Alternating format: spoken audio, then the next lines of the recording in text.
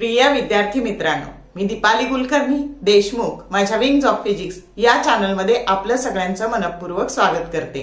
आपली single question for CET exam he series सुरू आहे, चॅप्टर सुरू आहे इलेक्ट्रोस्टॅटिक्स आणि त्याच्यामधला आज आपण प्रश्न क्रमांक 8 बघतो आहोत।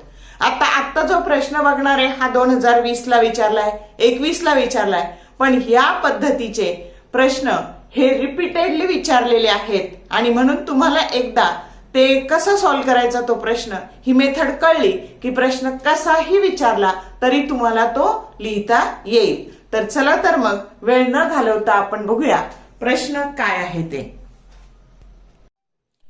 प्रश्न असा आहे, capacitors of capacities C1, C2 and C3 are connected in series. If the combination is connected to a supply of V volt, then potential difference across capacitor C1 is option A C2 C3 plus C1 C3 plus C1 C2 divided by C2 into C3 into V. Option B V divided by C1 plus C2 plus C3.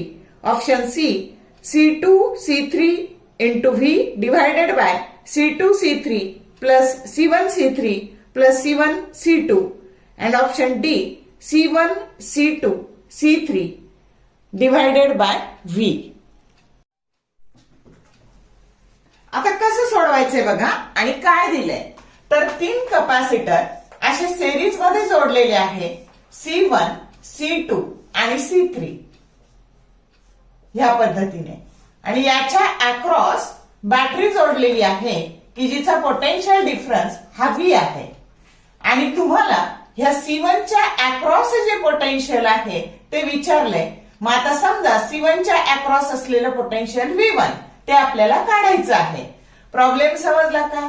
मग आता बघा इथं charge जो आहे तो तसाच पुढे जातो, म्हणजे सिरीज मध्ये जेव्हा कॅपॅसिटर जोडता तेव्हा potential difference V that is equal to V1 plus V2 plus V3 हे डिवाइड होतं आणि चार्ज मात्र सेम राहतो।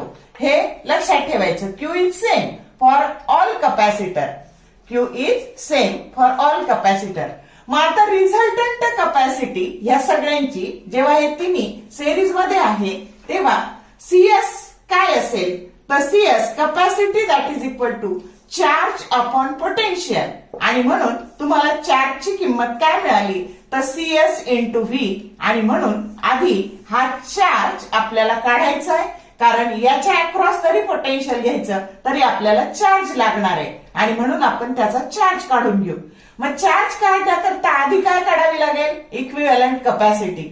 मग जेव्हा हे 3 सिरीज मध्ये असतात तेव्हा equivalent capacity 1/CS that is equal to 1/C1 by 1/C2 by 1/C3। आता इथं तुम्ही एलसीएम काढला C1 C2 C3।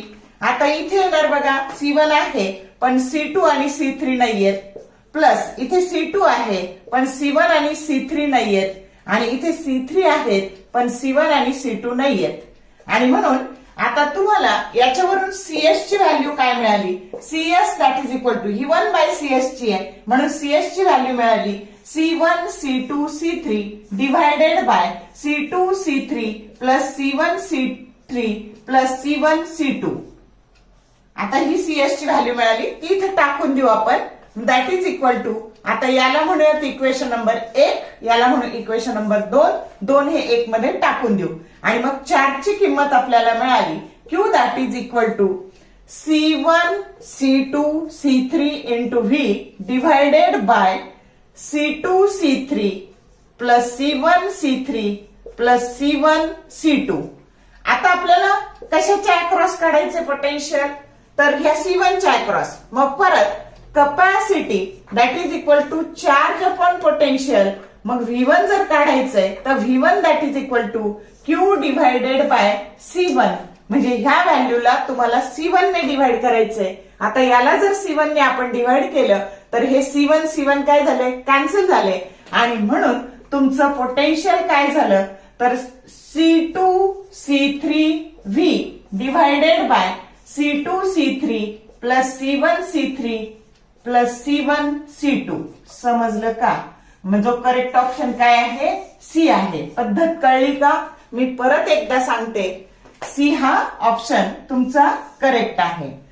समजा तुम्हाला असे 3 कपॅसिटर सिरीज मध्ये दिले, त्याच्या अक्रॉस VA पोटेन्शियल डिफरन्स दिलं आणि कुठल्याही एका कपॅसिटरच्या अक्रॉस पोटेन्शियल किती असं विचारलं, तर जेव्हा सिरीज मध्ये आपण कपॅसिटर जोडतो तेव्हा चार्ज हा सेम असतो, पोटेन्शियल मात्र डिव्हाइड होतं आणि म्हणून आपण त्याच्या आधी काय काढायची? इक्विव्हॅलंट कपॅसिटी काढायची आणि मग ती चार्जच्या फॉर्म्युल्यामध्ये charge that is equal to equivalent capacity into ह्या बॅटरीचं पोटेन्शियल V.